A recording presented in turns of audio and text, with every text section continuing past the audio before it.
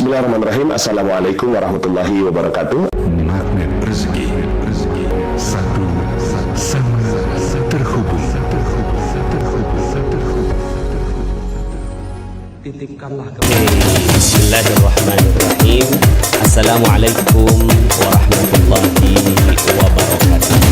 Alhamdulillah, senang dan bahagia sekali bisa berjumpa dengan Bapak Ibu semua kembali di Bincang Hikmah Magnet Rezeki yang hari ini sebuah hari yang kembali dititip oleh Allah Subhanahu wa Ta'ala untuk kita isi dan isi dengan aktivitas-aktivitas yang bermanfaat, dan alhamdulillah hari ini kita mengisinya dengan ilmu terbaik insya Allah ya. Oke, semua dari mana aja ini ya? Saya tadi sudah lihat dari Lamongan, dari Surabaya, dari Bogor ya, kemudian dari Sumbar, luar biasa, dari Medan. Terima kasih semua yang sudah hadir dari berbagai wilayah.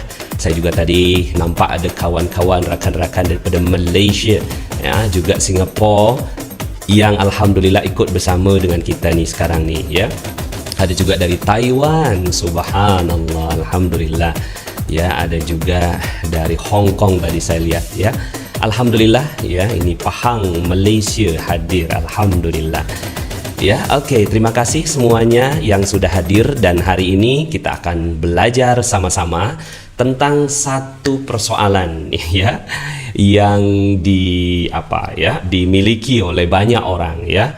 Yuk kita lihat materi kita pada kali ini berjudul strategi lunas amanah ya, lunas hutang ya, menggunakan ilmu magnet rezeki dan ilmu emas ya. Tanpa berlama-lama, mari sama-sama kita bacakan Al-Fatihah. Semoga dengan pembacaan Al-Fatihah ini Allah Subhanahu wa Ta'ala ridhoi pembelajaran kita pada hari ini. Semoga Allah Subhanahu wa Ta'ala muliakan kita di dunia dan di akhirat. Semoga sesuai dengan materi kita kali ini, kita semua mendapatkan lunas amanah ya, dengan ilmu Allah Subhanahu wa Ta'ala. Juga kita doakan semoga kita belajar ini ya, kita kirimkan pahalanya, seandainya ada pahalanya yang kita kirimkan kepada orang tua kita ya, mak bapak kita, ayah bunda kita, juga kepada bapak ibu mertua kita, pada anak-anak kita, pada guru-guru kita, pada para pemimpin-pemimpin bangsa, dan juga kepada para ulama sambung menyambung sampai kepada Rasulullah sallallahu alaihi wasallam. Ala hadhihi niyah wa ala kulli niyatin shalih. Al-Fatihah. أعوذ بالله من الشيطان الرجيم بسم الله الرحمن الرحيم الحمد لله رب العالمين الرحمن الرحيم مالك يوم الدين إياك نعبد وإياك نستعين اهدنا الصراط المستقيم صراط الذين أنعمت عليهم غير المغضوب عليهم ولا الضالين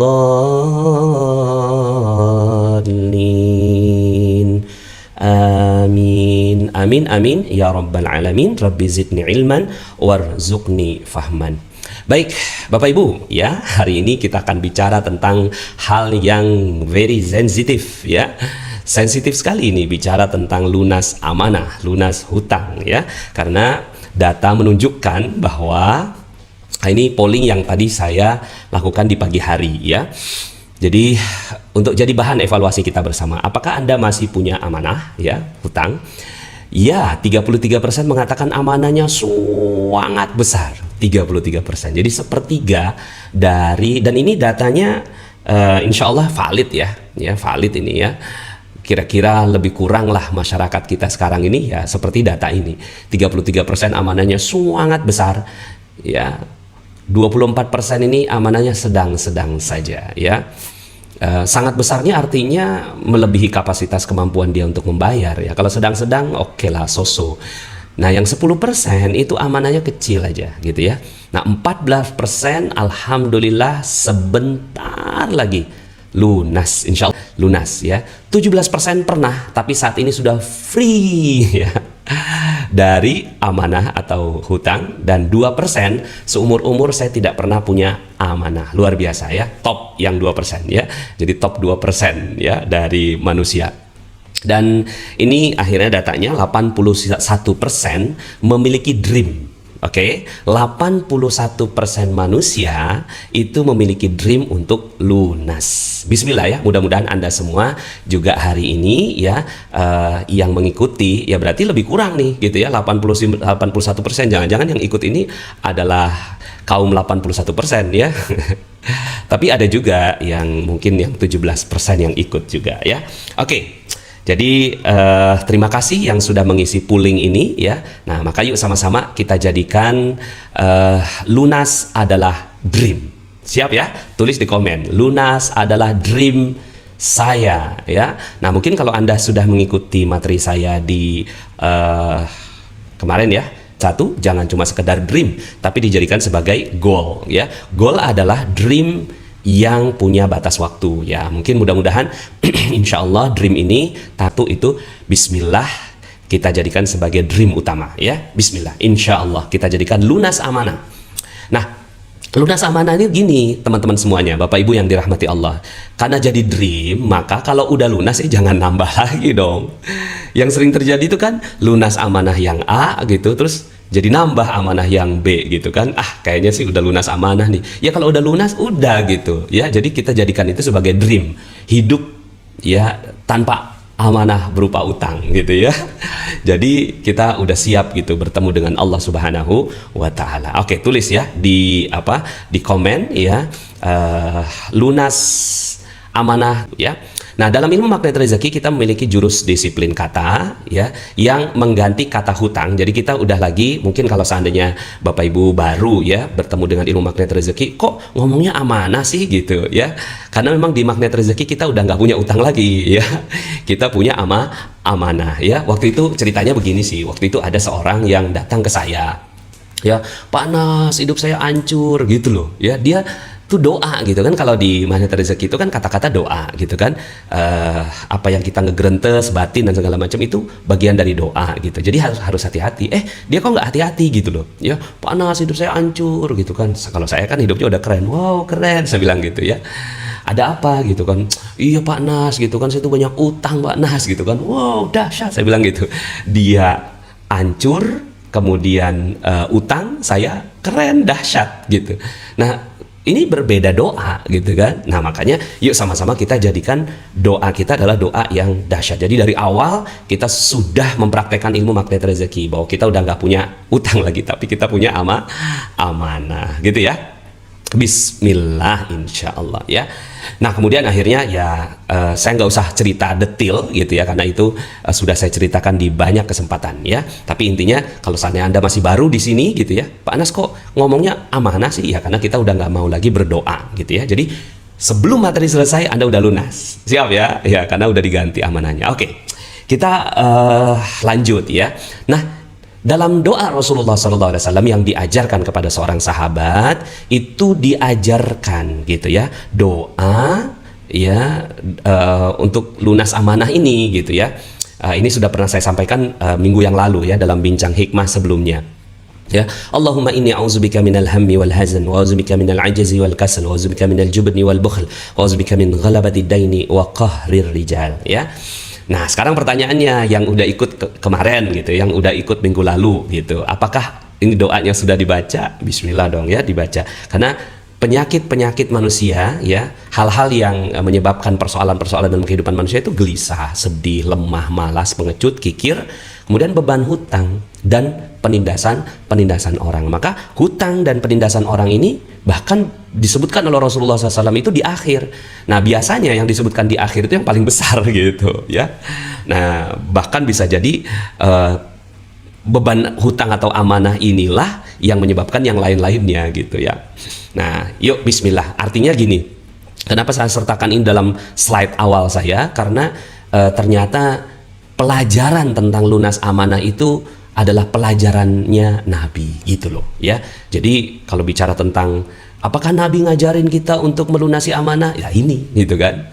Ini kan diajarkan kita. Oke ya. Nah, ini dia. Wah, langsung gitu ya. Celup gitu ya. Sebentar nih kayaknya ada yang, nah, supaya rapih. Langsung jelek. Utang adalah kejahatan agama. Nah loh ya, Jadi gini teman-teman semua, kita harus gitu loh, ya. Kita kalau mau lunas amanah itu kita harus benar-benar tahu gitu loh. Ini sebenarnya kita hadapi apa sih gitu loh. Yang kita hadapi itu apa gitu. Karena banyak orang yang menganggap bahwa biasa aja gitu utang gitu loh. Hidup tanpa utang tuh kayak hidup tanpa garam gitu loh. Kayak sayur tanpa garam. Hello gitu. Ya, jangan gitu dong gitu ya. Atau bahkan katanya kalau seandainya saya nggak punya utang itu Pak Nas gitu kan, saya tuh nggak bersemangat gitu dalam melakukan sesuatu gitu. Jangan gitu gitu. Ini yang saya pelajari gitu kan dari guru saya Kiai Mufassir gitu ya. Ya saya menganggap beliau guru tapi mungkin beliau tidak menganggap saya murid gitu ya. Karena jauh sekali saya dari kualifikasi sebagai muridnya beliau. Nah ini seperti yang saya pelajari dari Kiai Mufassir gitu kan, Ciomas Banten. Utang adalah kejahatan agama gitu ya. Harus paham itu, harus sadar gitu loh. Karena kalau kita nggak sadar-sadar gitu loh bahwa utang itu adalah atau amanah ya. Ini saya sebutkan utangnya supaya kalau saya sebutkan amanah adalah kejahatan agama jadinya kan nggak cakep gitu loh ya. Jadi secara bahasa langsung to the point gitu loh. Supaya apa? Supaya kita benar-benar sadar gitu loh bahwa iya ya, kita sudah melakukan kejahatan gitu loh. Loh Pak Nas, bukankah dalam agama itu gitu? Bukankah dalam agama itu ada juga diatur tentang utang? Karena dia berpotensi gitu kan, punya kejahatan dalam sisi agama, maka diatur dengan ketat oleh agama. Ya, karena dia punya potensi gitu loh.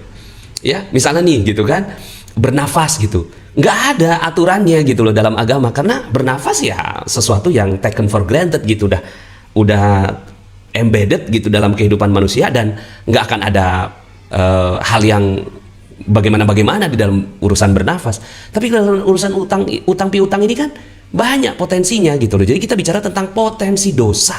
Jadi ada banyak sekali potensi dosa yang muncul dari hutang. Dan kita udah belajar dalam ilmu magnet rezeki bahwa ya kenapa kok rezeki kita nggak nambah-nambah, karena ada perisai. Ya, ada perisai rezeki. Nah, perisai rezeki itu adalah dosa, dan hutang adalah salah satunya. Ya, potensi riba. Saya nggak katakan riba, tapi ada potensi untuk riba gitu. Ya, kita udah banyak lah membahas tentang riba gitu ya. Sudah banyak masyarakat yang juga menyadarkan masyarakat tentang riba, tapi ada potensi di situ. Jadi kalau bicara utang gitu, itu tuh bicara tentang bagaimana dengan kredit Pak Nas. Iya ya sama. Potensi ribanya ada gitu loh. Potensi riba.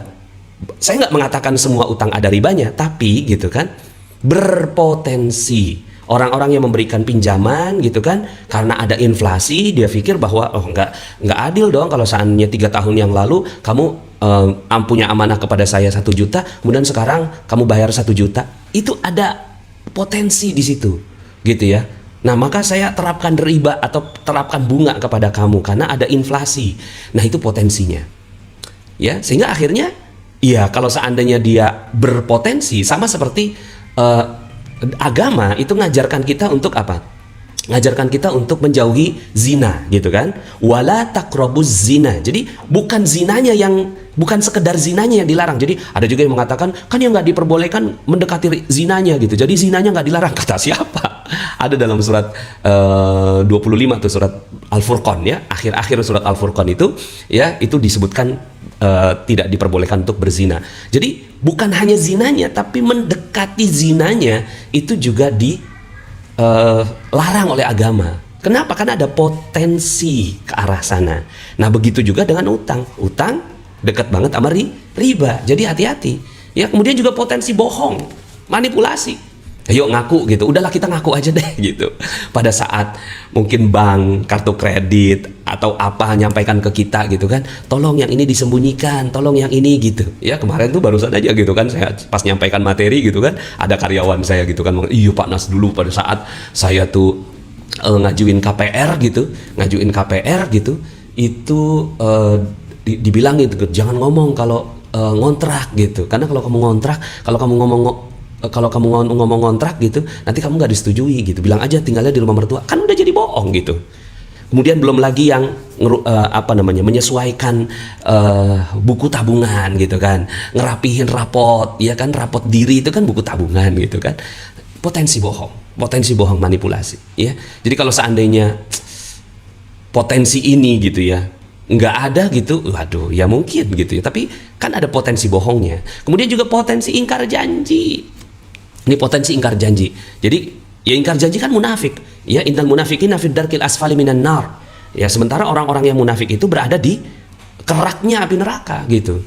Ya, jadi orang-orang yang berutang itu berpunya amanah itu kan ya dia ya nanti ya tarsok gitu. Ya. Kemudian juga dia punya potensi kedengkian. Ini yang saya pelajari dari barusan aja kemarin saya pulang dari beliau, dari Kiai. Itu kata Kiai begini gitu ya. Yang punya dua, ya punya 10 ditunjukin 10, itu aja udah dosa. Gitu. Jadi kita punya harta 10, ditunjukin ke orang lain 10, itu udah dosa. Gitu. Ya, itu udah dosa. Kenapa dosa? Karena menimbulkan kedengkian. Karena nggak semua orang gitu loh, nggak semua orang siap untuk melihat orang yang gonta-ganti mobil gitu kan, gonta-ganti HP gitu kan, gonta-ganti yang lain-lain gitu loh. Ya, belum semua orang sanggup gitu. Jadi saya juga belajar satu nikmat, satu dengki. Jadi ketika kenikmatan kita tunjukkan kepada orang lain, itu ada satu kedengkian yang muncul. Gitu. Jadi kalau kita punya harta 10 ditunjukkan ke orang lain 10, maka di situ ada potensi kedengkian. Ada orang yang nggak siap ngelihat harta kita. Nah, yang paling bagus bagaimana? Yang punyanya 10 ditunjukinnya 2 gitu loh. Punyanya 10 gitu, tapi ditunjukin orang-orang ngelihatnya, kok kamu kayaknya nggak punya duit gitu kan? Ya udah, nggak, emang saya nggak punya duit gitu. Padahal di bawah bantalnya banyak banget duitnya gitu. Ya, nah itu yang bagus kata Kiai gitu kan. Nah kalau utang, ya utang itu kebalikan gitu loh. Orang yang punya amanah itu, ya punyanya 2, ditunjukinnya 10 gitu loh. Dia nggak punya motor, tapi dia beli motor gitu. Ya, dia nggak punya motor dan nggak punya uangnya untuk beli motor. Terus kemudian akhirnya dia mencicil gitu loh. Kelihatannya sih oke-oke saja, fine-fine aja gitu. Tapi orang ngelihat dia bahwa dia punya motor, padahal nggak punya. Itu belum lunas gitu loh. Masih bunyi kredit gitu kan.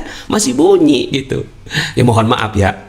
Mohon maaf sekali gitu ya. Materi kita tujukan untuk ya apa ya? Ayo gitu kan, sadar ini ada kejahatan agama di sini gitu loh. Jangan ngutang lagi, mbok ya jangan mau gitu, ya kan? Nah, kemudian potensi hurur. Hurur ini panjang angan-angan. Ya, panjang angan-angan. Panjang angan-angannya ya kalau seandainya gitu loh, di atas kertas saya bisa bayar gitu loh. Padahal kan belum tentu umur nyampe gitu kan. Jadi ada gurur di situ.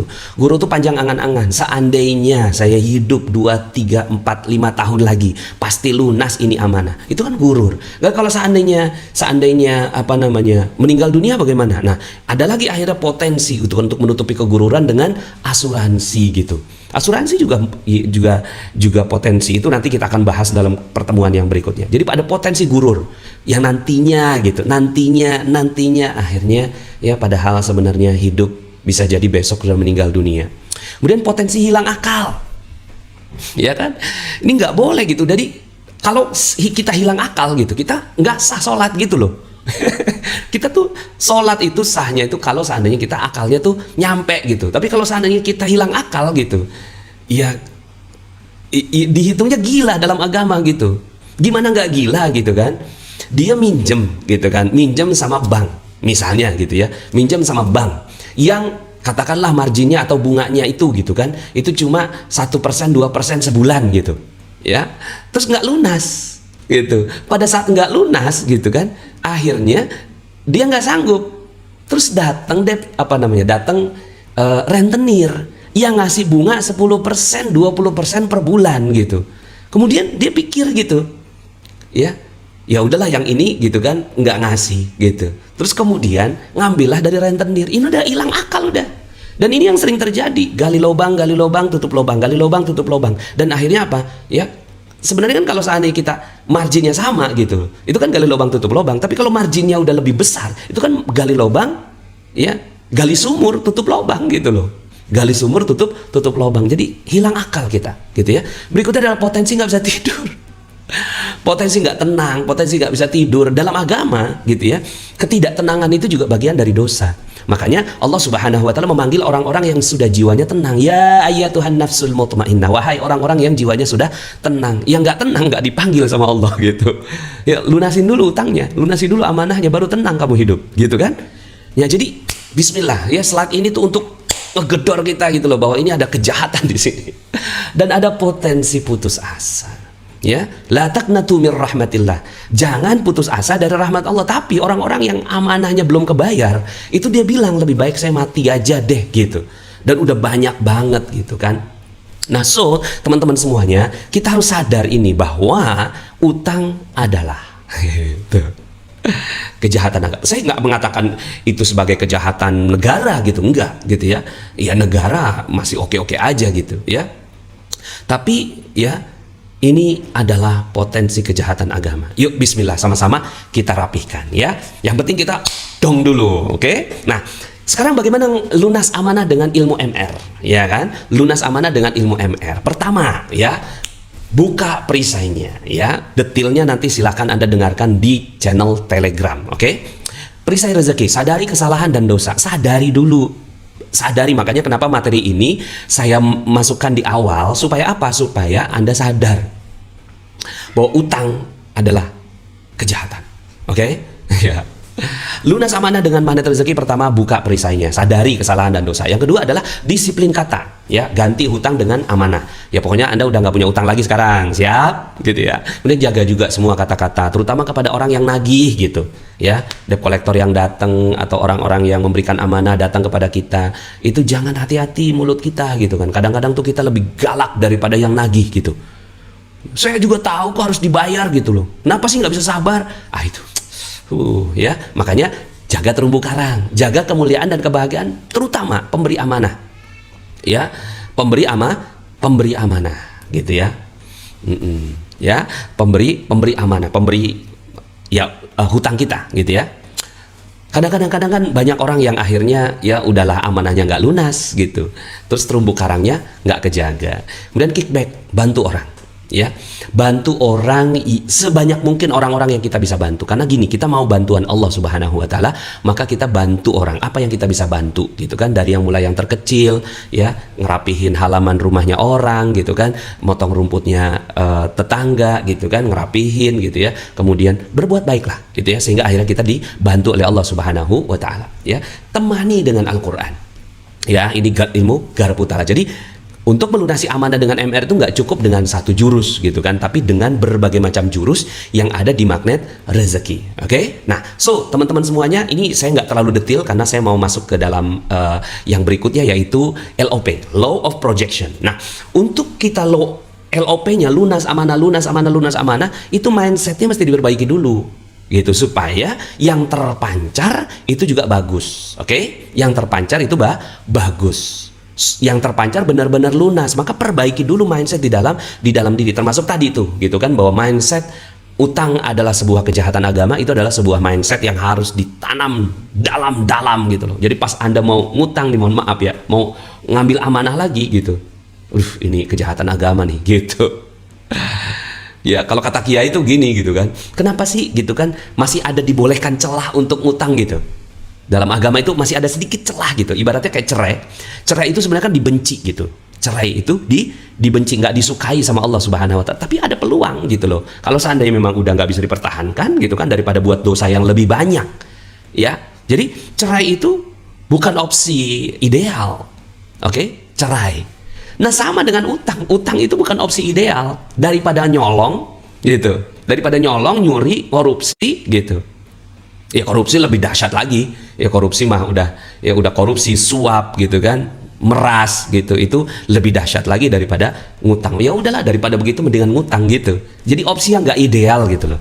Tapi hati-hati ya, dia berada di sebuah tempat yang bisa tergelincir. Oke? Nah, LOP itu dimulai dari perbaiki mindset. Mindsetnya apa? Perbaiki mindset. Pertama, amanah itu bukan persoalan sesaat, tapi persoalan mindset. Ini yang harus diselesaikan gitu loh. Ya, jadi mindset kita benerin dulu gitu. Karena dia bukan cuma sekedar persoalan, kita bayar nih gitu kan. Melunasi amanah itu tidak menyelesaikan persoalan. Pas kita bayar gitu kan amanah kita, itu nggak beres, enggak. Belum gitu. Ya, tapi mengubah pola pikir dan pola aksi itu adalah solusinya. Ya, misalnya nih ya, ngeredit mobil gitu kan, terus lunas. Tapi karena pola pikir dia masih pola pikir yang pengen ngutang lagi gitu, akhirnya kan nggak selesai. Itu sederhananya begitu aja gitu kan. Jadi melunasi amanahnya nggak cukup nggak cukup gitu untuk membuat kita bisa bebas gitu loh, bisa mati dengan tenang. Nah, bentar lagi datang, ya kan? Bukan bentar lagi, udah di tengah-tengah kehidupan kita gitu loh. Nah, terus kemudian kalau mati masih dalam keadaan berhutang bagaimana? Oke, masih punya amanah. Maka yuk kita ubah pola pikirnya sepanjang waktu. Nah, begini, teman-teman semuanya, karena sepanjang waktu kita punya keinginan. Kita punya keinginan, pengen punya mobil, pengen punya rumah, pengen ganti perabot, pengen memperbaiki pintu yang nggak bener gitu, pengen nambah kamar buat anak, pengen sekolah anak yang lebih bagus gitu, pengen makanan sesekali yang berubah gitu, pengen jalan-jalan, pengen keluar negeri gitu kan, pengen bisnis baru gitu, pengen. Jadi kita tuh sepanjang waktu itu kita punya keinginan. Nah, pertanyaannya adalah, Anda mau terwujud atau tidak? Pasti pengen terwujud, karena manusia dikasih gitu kan keinginan oleh Allah Subhanahu wa taala untuk mewujudkan apa-apa yang ada dalam angan-angannya gitu kan. Nah, untuk mewujudkannya cuma dua caranya, nggak ada yang lain. Cuma dua caranya, utang atau cash. Udah itu aja kan. Nah, jadi sepanjang kita nggak ngubah nih gitu kan, bahwa kalau saya punya keinginan harus cash, kalau saya punya keinginan harus cash, kalau saya punya keinginan dan kemauan harus cash, itu nggak selesai. Karena setiap ada keinginan, akhirnya ngutang lagi. Ada keinginan, ngutang lagi. Ada keinginan, ngutang lagi. Ya, pengen akhirnya nambah amanah, kagak beres-beres gitu loh. Oke? Nah, jadi cuma ada dua cara, hutang atau cash. Maka cuma ada dua kehidupan, pola hidup amanah atau pola hidup cash. Dan manusia kan dibagi dua aja. Satu yang punya amanah 81%, yang nggak punya amanah 19%. Dan itu pun ya 17%-nya gitu kan baru lunas gitu kan, baru lunas tuh ya. Belum tentu ketika ada keinginan baru ya. Mana sih tadi ya yang slide kita, bukan slide tadi,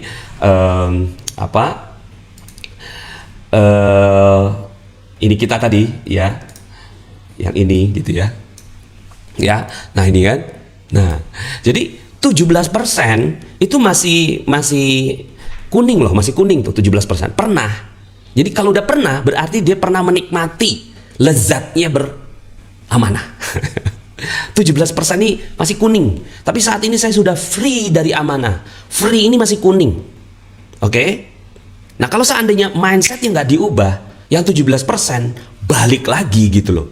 Balik lagi jadi yang di atasnya itu. Yang bener itu yang 2% itu, yang aman banget hidup. Katakanlah dari 17% itu setengahnya aja, berarti 9%. Berarti manusia gitu kan cuma terbagi dua. 90% punya mindset hutang, punya mindset merah, ya kan? 90% nih gitu. Ya, ini saya perkirakan gitu, ya. Mana nih? Ya, perkirakan yang ini 90% manusia, yang ini cuma 10%. Nah, sekarang Anda mau golongan yang mana? Ya kan? Anda mau golongan yang mana? Dan saya berharap dengan materi ini gitu, kita udah sadar bahwa saya nggak mau jadi kelompok 90%. Oke, makanya kenapa materi ini gitu kan, ini penting sekali gitu ya, dan Anda harus kasih materi ini kepada semua orang gitu ya, supaya 90% ini bisa kita kurangi gitu loh, ya kan, minimal banget, jadi tinggal kebalik gitu ya, kebalik jadinya yang 90 gitu, yang ini tinggal 10 gitu, harusnya kan gitu. Oke ya, bismillah ya, sama-sama kita berusaha mewujudkannya ya. Nah, jadi polanya cash, ini pola ya yang harus kita lakukan ya. Polanya cash, bertekad kuat untuk mengganti gaya hidup menjadi cash, udah nggak ada yang lain. Mau beli mobil baru cash, motor baru cash, ya kan, atau motor second cash, ya. Mau beli gadget cash, nggak ada tuh kredit, nggak ada tuh ceritanya gitu, cash. Kalau nggak bisa beli iPhone ya Android gitu kan, ya. Mau beli laptop kalau nggak bisa yang 10 juta ya yang 2 juta. Ya kan, yang 2 juta gitu kan, nggak bisa yang 1 juta. Loh, memang ada laptop yang 1 juta, dicari di Shopee, Tokopedia pasti ada yang second gitu loh. Tapi itu kan nantinya gampang rusak. Udah, pokoknya kalau begitu jangan beli gitu. Kalau memang nggak punya uangnya, jangan dibeli. Karena hanya ini yang bisa memutus mata rantai. Lah terus Pak Nas, nanti Bang hidupnya bagaimana? Terserah Bang, saya yakin bisa hidup gitu. Cuma kan sekarang pertanyaan adalah kita nih mau mati besok, gitu loh. Besok kita mau mati, terus kemudian kalau amanah tuh gimana gitu loh. Ya masih punya amanah, terus kemudian siapa yang mau menyelesaikan? Ahli waris kita itu semua ngutang juga gitu. Iya kan? Ya, kalau dulu masih mending gitu loh, ahli waris gitu masih bisa punya amanah, masih punya harta gitu. Sekarang ini masya Allah, ya. Yuk sama-sama kita bertekad kuat gitu. Pokoknya ada apa-apa cash gitu, ya. Pokoknya mau beli cash, nggak ada tuh cerita gitu kan. Ya, saya mau mulai bisnis dengan ngutang dulu. Kalau memang nggak bisa ya nggak usah gitu loh. Karena ngutang itu sesuatu yang pasti harus dibayar. Sementara bisnis belum tentu untung. Lah, Anda menggantikan gitu kan, memodali Anda dengan sesuatu yang sudah pasti dengan sesuatu yang nggak pasti. Ya, itu hilang akalnya di situ, hilang akalnya gitu loh. Ya, yuk sama-sama bismillah ya. Kalau belum mencapai ini it's okay, kita juga sama-sama. Saya juga pernah minus 21 miliar. Bagaimana bisa beli Pak Nas sementara uangnya belum ada gitu. Uangnya belum ada, ya sebenarnya tahan dulu gitu. Tapi kalau seandainya nggak bisa ditahan, satu, jual aset yang nggak produktif. Pakai dijual, kulkas kayak dijual. Tapi kulkas Pak Nas nanti kita nggak bisa makan gitu. Ya udah beli warteg apa gitu kan. Ya, apalagi gitu kan, mungkin ada bangku taman kagak kepake, jual gitu. Ya, mungkin pot bunga gitu kan isinya janda bolong gitu kan, buang gitu kan. Jual gitu loh, ya. Mungkin ada ya apalagi gitu ya, jual aset yang tidak produktif. Kita udah nggak perlu itu gitu kan, hidup minimalism ya kan, baca tuh gitu kan Marie Kondo ya, pokoknya hidup udah nggak pakai fasilitas macam-macam. Udah sekarang ini kan kita bisa menikmati apapun walaupun nggak punya gitu kan. Kita bisa naik Grab kok ya, kita bisa naik apalagi gitu kan, kita bisa macam-macam gitu walaupun kita nggak punya. Oke? Matikan gaya hidup. Udah nggak usah punya gaya hidup deh gitu kan. Udahlah, dulu kita punya tas Hermes gitu kan ya, sekarang lockdown kok ya, lockdown sekarang gitu kan. Matikan gaya hidup. Saya pada saat itu pernah saya antarkan seorang yang punya amanah 70 miliar gitu kan ke kiai gitu. Kata kiai, kamu mesti mati 4 kali dulu baru bisa hidup, kata kiai gitu. Dalam hati saya, mati 4 kali baru bisa hidup gitu. Ternyata matinya mati 4 ya kan. Pertama mati merah kata kiai, mati hijau, mati putih, mati hitam gitu. Nah, mati merah itu apa? Mati merah itu matikan semua kemarahan kepada siapapun, kata kiai begitu. Matikan semua kemarahan. Ya, kemarahan kita terhadap orang yang kasih amanah, kemarahan kita kepada orang yang menipu kita, kemarahan kepada ya keluarga kita yang nggak mensupport kita, matikan kemarahan kita kepada pemerintah. No, nggak ada, udah merah, mati merah. Mati hijau, gaya hidup. Yang tadinya pakai baju yang bagus ganti semuanya, ya kan? Udahlah gitu kan, buang itu gengsi, ya. Kalau memang harus ditinggalin ini rumah, hijrah, ya kan? Hijrah ke kolong gunung sana nggak apa-apa, ya kan? Pokoknya mati hijau, gaya hidup. Yang tadinya sekolah anak-anak di SDIT gitu kan, tempat yang mahal, udahlah nggak usah sekolah, homeschooling aja udah, ya kan? Matikan gaya hidup. Oke? Yang ketiga, mati hitam. Mati hitam itu adalah dendam. Nah, ini dendam yang dendam kesumat itu, ya. Kemudian juga keserakahan, yang kita pengen harta waris yang lebih banyak daripada keluarga kita dan seterusnya, itu mati hitam. Mati putih itu ya sering-sering berpuasa, ya nggak usah makan gitu. Mati putih itu nggak usah makan gitu. Matikan gaya hidup, oke? Gunakan jurus kerangkeng uang. Mungkin Anda sudah dengarkan di Telegram. Gunakan jurus kerangkeng uang, itu jurus powerful banget, bisa menyelamatkan puluhan ratusan juta. Uang saya terselamatkan ratusan juta dari jurus ini saja, jurus kerangkeng uang gitu ya. Bener ya, banyak banget gitu kan, uang saya terselamatkan ratusan juta, mungkin nyampe miliaran kayaknya ya. Itu selamat gara-gara kerangkeng uang. Berikutnya adalah bekerja lebih keras sebagai bagian dari ibadah gitu ya. Bekerja lebih keras, mau gimana lagi gitu kan. Tapi Pak Nas, ilmu magnet rezeki katanya duduk diam rezeki datang sendiri. Iya gitu, itu ilmu spiritualnya. Ilmu fisiknya kita harus ya melihat dan memperhatikan peluang. 96% itu ilmu magnet rezeki dipakai. 4% bekerja lebih keras. Bukan sebagai bagian dari itu, gara-gara bekerja lebih keras maka saya dapat uang, dapat rezeki gitu, bukan. Tapi karena ya bekerja adalah ibadah gitu. Oke, rapikan niatnya. Berikutnya adalah mulailah menabung. Gitu ya. Walah Pak Nas, wong masih ada amanah mimpi nabung. Loh, iya memang. Karena suatu saat nanti Anda akan punya kebutuhan lagi, Anda akan punya keinginan lagi, need and wants.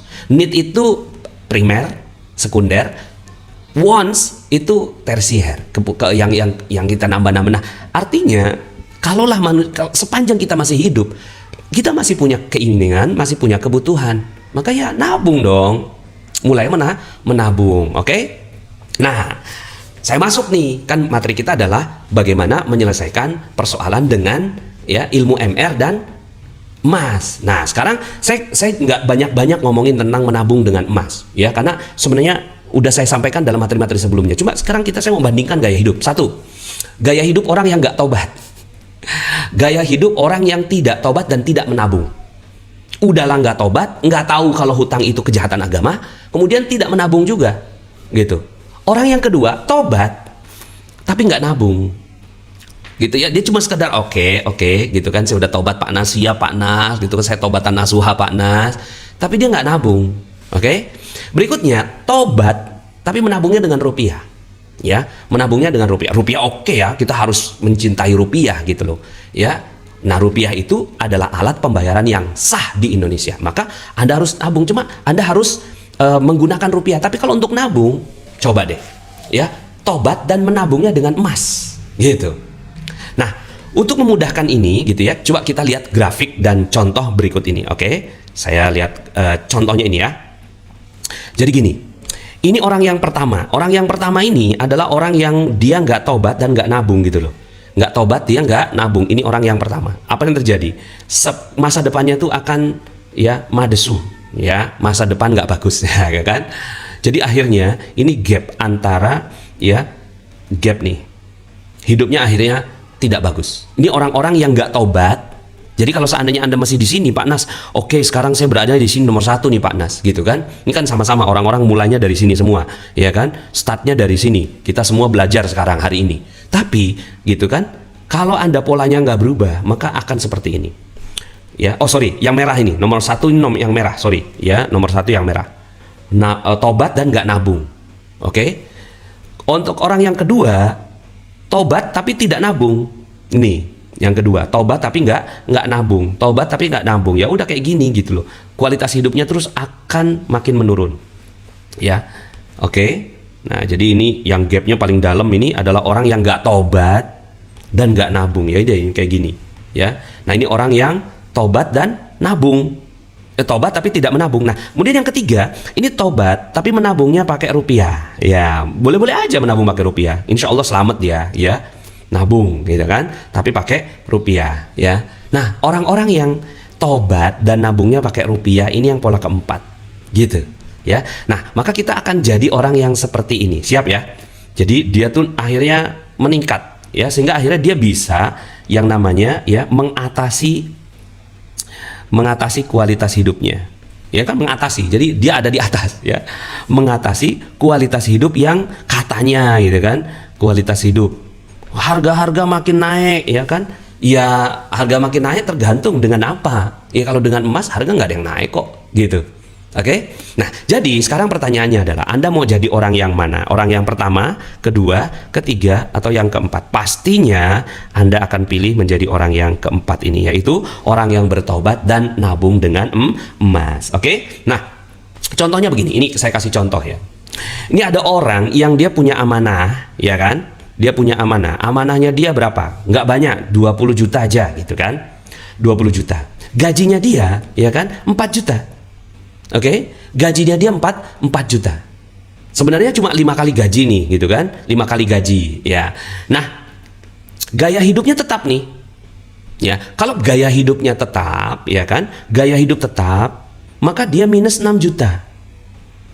Ya, gaya hidup dia tetap nih, dia nggak berubah, dia nggak mati nggak 4 kali mati gitu loh, ya kan? Akhirnya gaya hidup dia tetap gaya, tetap pengen dilihat orang, tetap pengen. Ya akhirnya sebenarnya gaya hidup dia tuh mencelakakan dia. Mohon maaf ya bahasanya, ya. Gaya hidupnya itu nggak membuat dia bisa selamat gitu loh dalam kehidupan. Oke? Minus 6 juta. Ini gaya hidupnya. Kalau dia tetap. Tapi kalau gaya hidup dia ubah, maka ya dia akhirnya ya cuma minusnya itu cuma 3 juta. Oke? Jadi gaya hidup yang dia berubah. Yang kalau dia nggak berubah, gaya hidupnya minus 6 juta. Kalau gaya hidup berubah, cuma minusnya 3 juta. Artinya dia bisa nabung nih 1 juta rupiah, ya kan? 1 juta rupiah per bulan. Sebenarnya secara teori, secara matematik akan selesai dalam 20 bulan toh, ya kan? Kalau seandainya dia punya amanah sekian, ya, dia akan selesai dalam 20 bulan gitu loh, beres 20 bulan gitu kan. Tapi dengan dinar ya, dengan dinar atau emas, insya Allah akan selesai dalam waktu yang lebih cepat. Ini maksimal 12 bulan. Gitu, maksimal 12 bulan. Loh, Pak Nas dapat dari mana ini data ya? Gini aja deh, kalau Anda nggak percaya, buktikan sendiri. Gitu, ya. Buktikan sendiri. Maksimal insya Allah dalam waktu ya 12 bulan itu maksimal. Bisa jadi sebulan, bisa jadi 2 bulan, bisa jadi 3 bulan. Ya, itu selesai. Maka gaya hidup diubah, tobat. Ya, sadar semuanya, terus kemudian akhirnya dia mulai nabung dengan emas dan dinar. Nah, ini saya buat grafik seperti ini.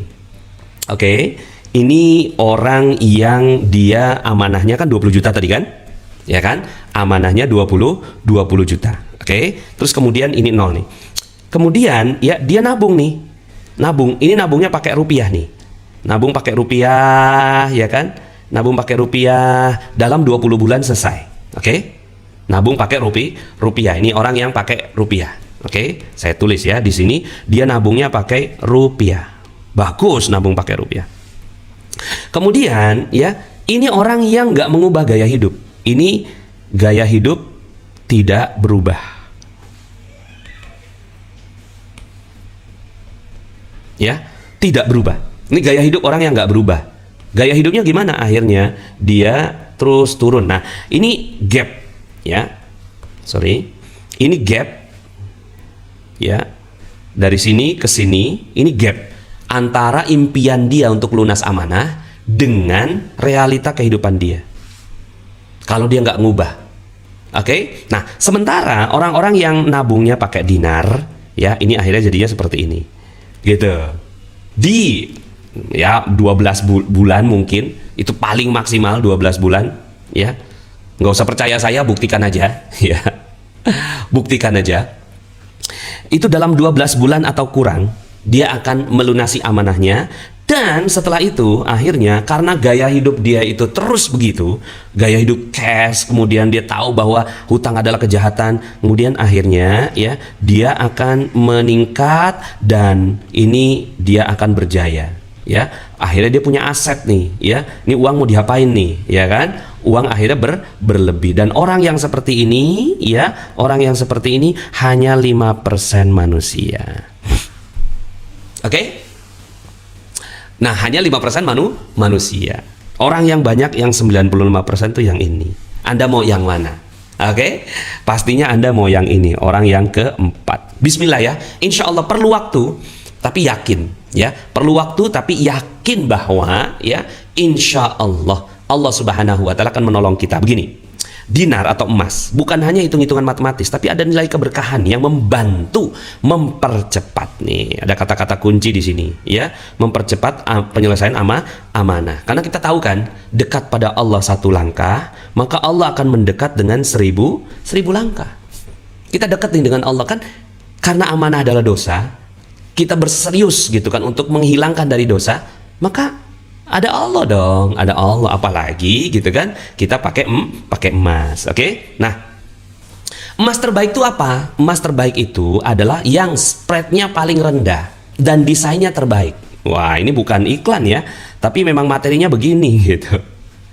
Oke? Nah, jadi gini, spread rendah itu apa sih Pak Nas? Spread itu adalah ya, mungkin kita selama ini nggak pernah sadar bahwa setiap barang itu ada spreadnya, selisih antara beli dan jual kembali, ya kan? Misalnya ketika kita beli mobil, Hari ini beli gitu kan, seminggu ke depan kita jual kembali, pasti turun dong harganya. Itu namanya spread ya. Nah, spreadnya tuh harus yang paling rendah ya. Misalnya Toyota nih ya, mohon maaf ya saya bandingkan. Ini sih kaitannya dengan bukan ngebandingin merek ya, tapi realita di lapangan. Kenapa orang nggak mau beli Wuling misalnya gitu kan? Karena jual kembalinya itu jatuh.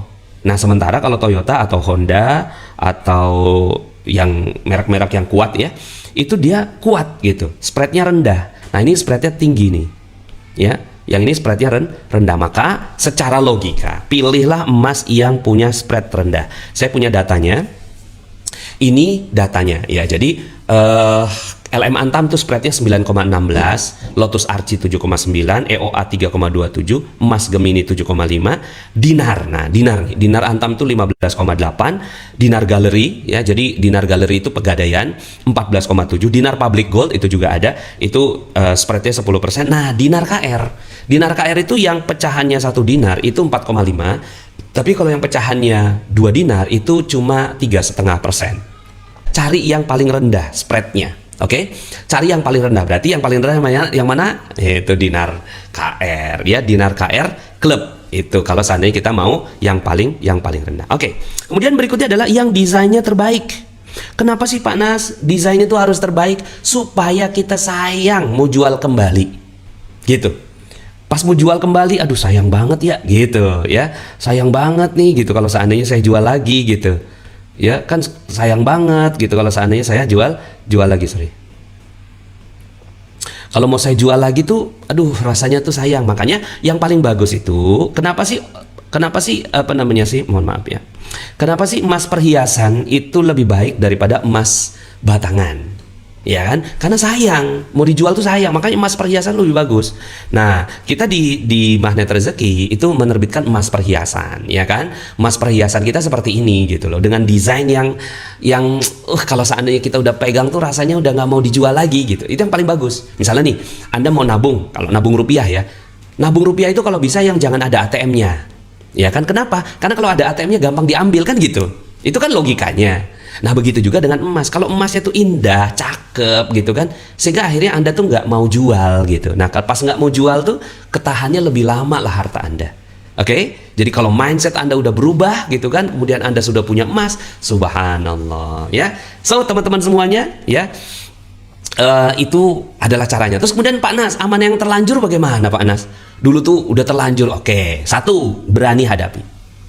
Berani menghadapi ya hadapi, mau gimana lagi ya, bismillah, berani aja gitu ya. Saya juga menghadapi debt collector datang berjilid-jilid gitu kan, berjilid-jilid ya. Kemudian juga apa namanya tuh, saya digugat di pengadilan, saya dilaporkan polisi ya.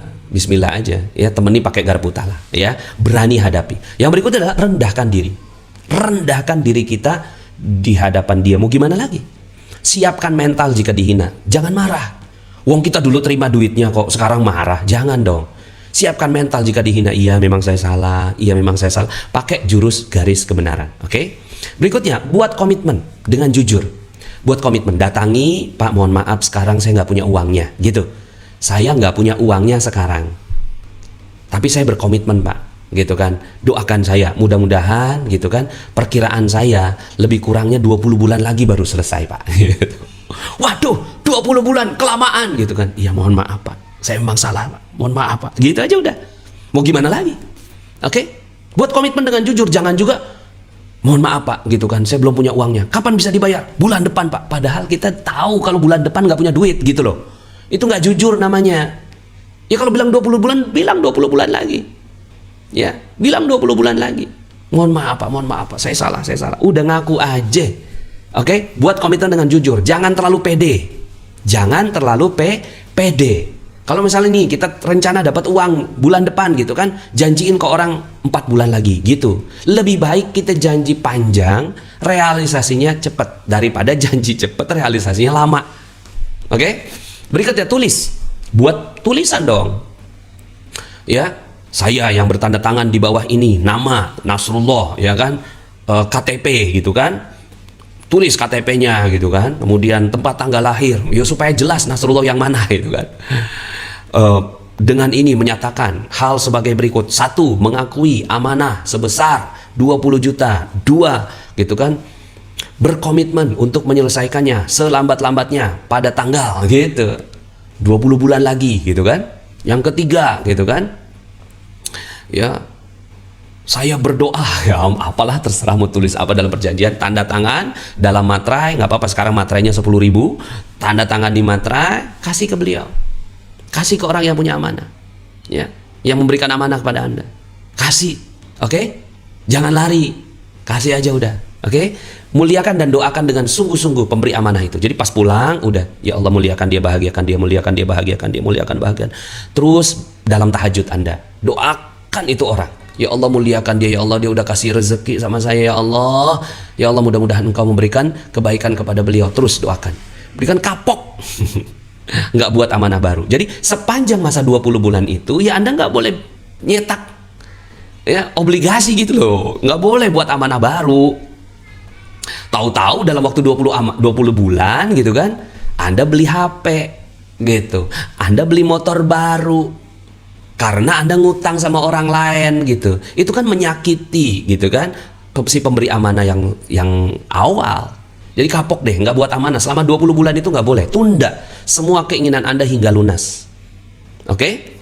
Tunda semua ya keinginan Anda hingga lunas. Jadi kalau belum lunas ya oke, Anda tertawan, Anda terpenjara gitu loh. Terpenjara dengan amanah Anda. Ya mau gimana lagi? Gitu kan? Anda harus bekerja keras dengan sungguh-sungguh dan tunjukkan, buktikan kepada orang itu sampai kemudian lunas. Oke? Sip, bismillah, alhamdulillah sudah. Mudah-mudahan materi ini bermanfaat ya bagi yang belum bisa menerimanya. Doa aja banyak-banyak kepada Allah.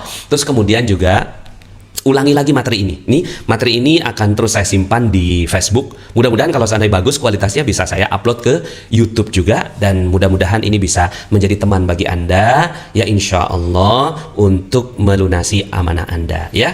Oke, mungkin kalau seandainya ada yang mau bertanya ya, bertanya silahkan ya di komen, saya akan baca komen-komen Anda. Silakan kalau seandainya Anda mau bertanya ya. Mohon maaf tadi sudah ada yang bertanya-tanya tapi saya belum sempat jawab karena saya mau selesaikan dulu materi saya ya. Silakan kalau ada yang mau ditanyakan. Kalau nggak ada alhamdulillah ya. Kalau nggak ada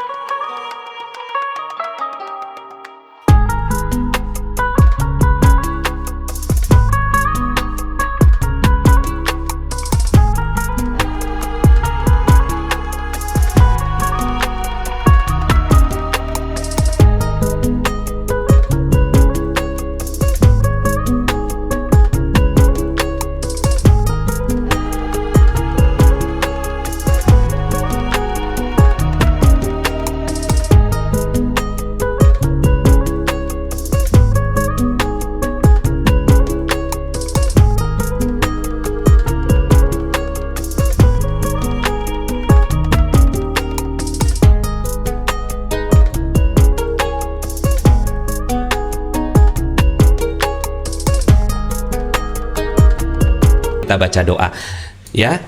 Bismillahirrahmanirrahim.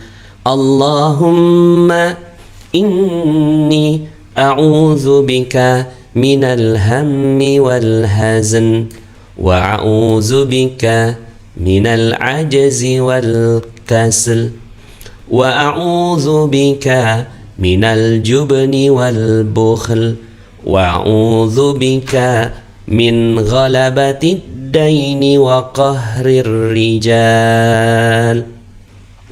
Allahumma inni a'udzu bika minal hammi wal hazn wa a'udzu bika minal ajzi wal kasl wa a'udzu bika minal jubni wal bukhl wa a'udzu bika min ghalabati daini wa qahrir rijal. Allahumma inni a'udzu bika minal hammi wal hazn wa a'udzu bika minal ajzi wal kasal وأعوذ بك من الجبن والبخل وأعوذ بك من غلبة الدين وقهر الرجال اللهم إني أعوذ بك من الهم والحزن وأعوذ بك من العجز والكسل وأعوذ بك من الجبن والبخل وأعوذ بك من غلبة الدين وقهر الرجال اللهم إني أعوذ بك من الهم والحزن وأعوذ بك من العجز والكسل وأعوذ بك من الجبن والبخل وأعوذ بك من غلبة الدين وقهر الرجال اللهم إني أعوذ بك من الهم والحزن وأعوذ بك من العجز والكسل وأعوذ بك من الجبن والبخل وأعوذ بك من غلبة الدين وقهر الرجال اللهم إني أعوذ بك من الهم والحزن وأعوذ بك من العجز والكسل وأعوذ بك من الجبن والبخل وأعوذ بك من غلبة الدين وقهر الرجال وصلى اللهم على نبينا محمد وعلى آله وصحبه وسلم. Oh ya, tadi ada yang nanya, Pak Nas, kalau beli dinar itu di mana sih? Sebentar ya, saya tulis. Yang mau beli dinar itu langsung aja ke sini ya. Jadi dinar kita bukan dinar mata uang ya, nggak boleh jadikan mata uang itu ya. Tapi dinar kita adalah dinar perhiasan ya. Kenapa disebut dinar? Karena satuannya ya, satuannya tuh ada yang 4,25, ada yang 4,44. Nah, kita pilih yang 4,25 sesuai dengan Antam ya. Jadi Antam juga mengeluarkan dinar ya. Coba kita lihat ya, Antam mengeluarkan dinar ya. Saya lihat di sini. Jadi Antam juga mengeluarkan dinar. Nah, ini di logamulia.com ya. Jadi logamulia.com, ini harga hari ini 945. Oh, naik 5.000 dari kemarin ya. Nah, di sini ada produk lain ya, produk lain. Nah, produk lain itu apa? Tuh, ada dinar dan dirham ya kan? Nih. Ya, jadi dinar dan dirham, koin dinar dan dirhamnya si Antam ya. Yuk kita lihat selengkapnya. Klik. Nah, pas selengkapnya, nah ini dia ya. Oh sorry. Nah, ini adalah produk-produk dinar dari Antam. Bagus-bagus ya, bagus banget ya, indah gitu ya. Nah, ini yang 22 karat ya, yang ini dong 22 karat. Yang bawahnya ini yang 24 karat ya. Yang ini 24 karat ya, 24 karat yang ini. Ini ada 2 dinar, 1 dinar, setengah dinar, seperempat dinar. Ya kita ngikut aja, ngikut Antam ya kan. Kemudian yang ini yang dirham. Yang dirham ya, yang ini yang dirham. Nah, kalau kita nggak memproduksi dirham. Oke? Nah, so teman-teman semuanya ya, bismillah ya. Insya Allah. Kenapa tujuannya sekali lagi? Kenapa kok ada dinar? Ya, karena tabungan yang paling bagus itu yang desainnya kita suka, sehingga kita nggak mau menjualnya kembali gitu ya. Ini dalam kemasan seperti ini yang 2 dinar ya, ya indah banget yang 2 dinar ini ya, seperti ini ya. Sorry, ada yang nah ini dia seperti ini susunannya ya. Oke teman-teman, yang ini yang setengah dinar, ini yang setengah dinar ya, kemudian ini yang 1 dinar ya. Bismillah ya. Jadi yang mau silahkan ke website yang sudah saya tuliskan di depan. Terima kasih teman-teman semuanya. Allah Subhanahu wa taala memberkahi kita semua. Semoga Allah Subhanahu wa taala memuliakan Anda di dunia dan di akhirat. Saya Nasrullah undur diri. Billahi taufiq wal hidayah. Wassalamualaikum warahmatullahi wabarakatuh. Bagi teman-teman yang belum subscribe dan baru saja menemukan channel ini, silahkan subscribe. Insya Allah Anda akan mendapatkan materi-materi yang terbaik dari channel ini. Insya Allah Anda adalah makhluk yang ajaib. Tinggal kita sempurnakan faktor-faktornya. Dan insya Allah dalam video-video berikutnya kita akan lanjutkan materi ini sampai Anda menemukan potensi terbesar diri Anda dan menjadi makhluk ajaib sebagaimana yang Allah Subhanahu wa taala inginkan untuk Anda. Sampai jumpa. Assalamualaikum warahmatullahi wabarakatuh.